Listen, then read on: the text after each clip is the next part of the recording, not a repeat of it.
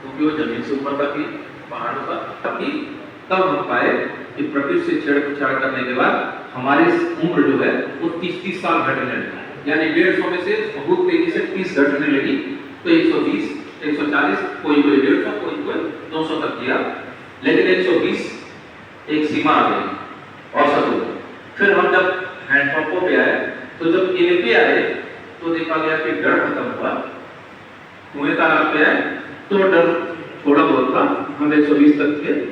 हैंडपंपों पे जब आए तो हमारी उम्र तेजी से घटने लगी, क्योंकि जब सामान्यतः सर अगर बचपन में आपने भी सुना होगा या बहुत सारी जगहों पे मुंह पे भले ना कोई कहे अधिकारी वर्ग के नाते, लेकिन बहुत बार पीठ पीछे भी कहते हैं अगर सरकारी हैंडपंप पे गंदगी करने से रोक दिया जाए तो कहते हैं किसी के बाप का है क्या कि कोई रोक ले, डर खत्म।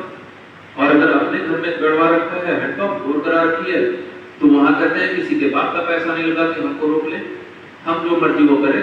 तो जब यहाँ जो आया मानसिकता बदली तो हमने सारी गंदगी की और तेजी से हमारी उम्र घटने लगी और हम सैकड़े से भी नीचे आए, यानी 90 तक आए। 120 में से 30 घटा 90 तक आए। और अब सरकार मानती है कि जब हम इंडिया मार्केट का या समर का या किसी अन्य जगहों से हम ज्यादा गहराई का पी रहे हैं, जितना नीचे गिर रहे हैं, ठीक।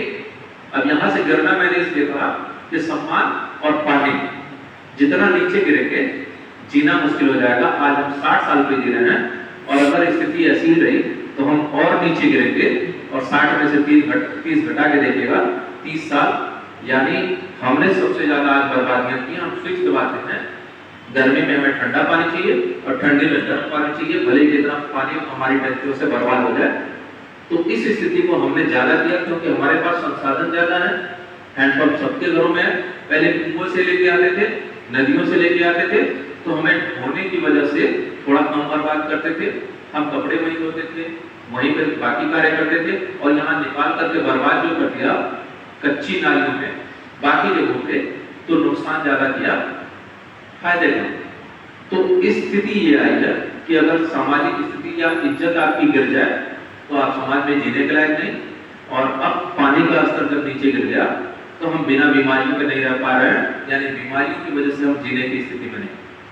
और सबसे बड़ा कारण यह है क्योंकि जितनी भी गंदगी है, बरसात के मौसम में सबसे ज्यादा बीमारियां क्यों होती हैं, जितना भी हमने कूड़ा कचरा फैला रखा है उनको अगर आप देखेंगे तो वो बरसात जैसी होती है वो सड़ने लगता है और तुरंत हमारे हमारी या हम कहते हैं कि वायरल फीवर फैल गया।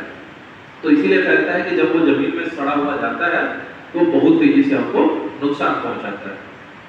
छोटी छोटी चीजें हम जोड़ने की बात करते हैं, हम कहते हैं संरक्षण करो जल का, संवर्धन करो और संचय करो। इन चीजों पे हम बात जब करते हैं, अब हम लोग कई बार ट्रेनिंग में भी बोलते थे, शायद कहीं से ये विचार गए, हम लोग कहते थे कि जब हम नई नालियों का निर्माण करा रहे हैं ग्राम पंचायतों में तो हम कुछ जगहों पे हौद बनाते हैं।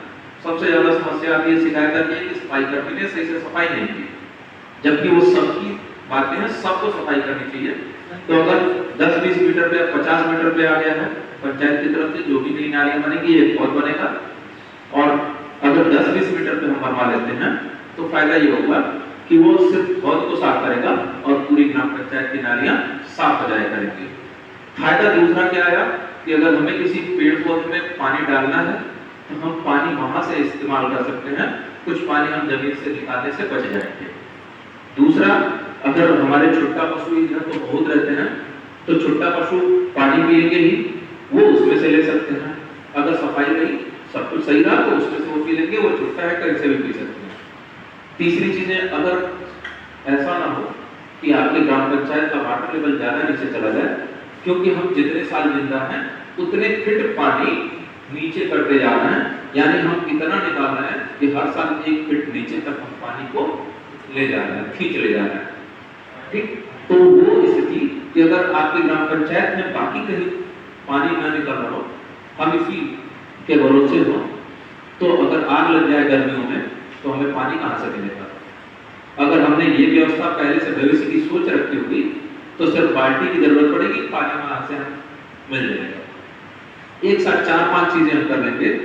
हम इनके साथ साथ बोलते हैं कि हम इसको जब सुरक्षित रखने की बात कर रहे हैं तो पर्यावरण को भी हम जोड़ते हैं, हालांकि इसका विषय उतना गंभीर नहीं है, उसके साथ जुड़ा हुआ नहीं है, लेकिन हम कहते हैं अगर प्लास्टिक को या बाकी चीजों को हम थोड़ा सा